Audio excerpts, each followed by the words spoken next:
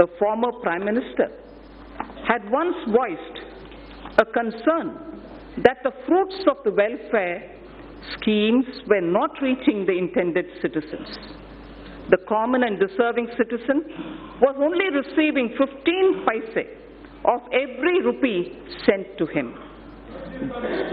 Guided by Sabka Saath, Sabka Vikas, Sabka Vishwas, our government and our Prime Minister added manifold speed and scaled up the implementation of schemes and programs that directly benefited the poor and scaled up the implementation of schemes and programs that directly benefited the poor and the disadvantaged.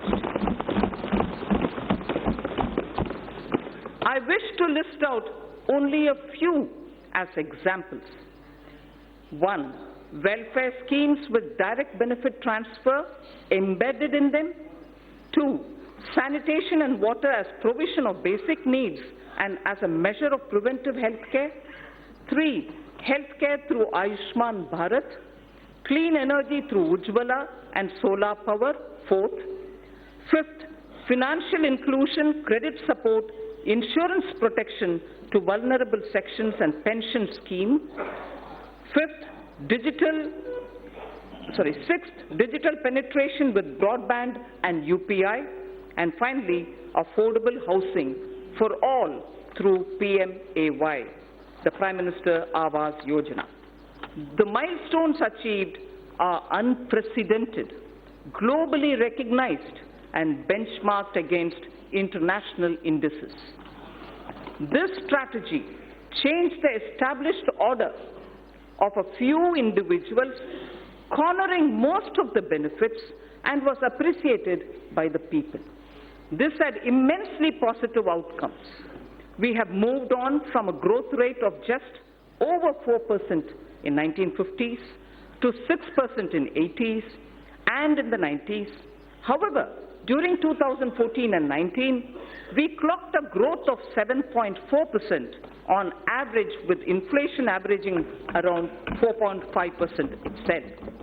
It is worthwhile to note that inflation was close to 9%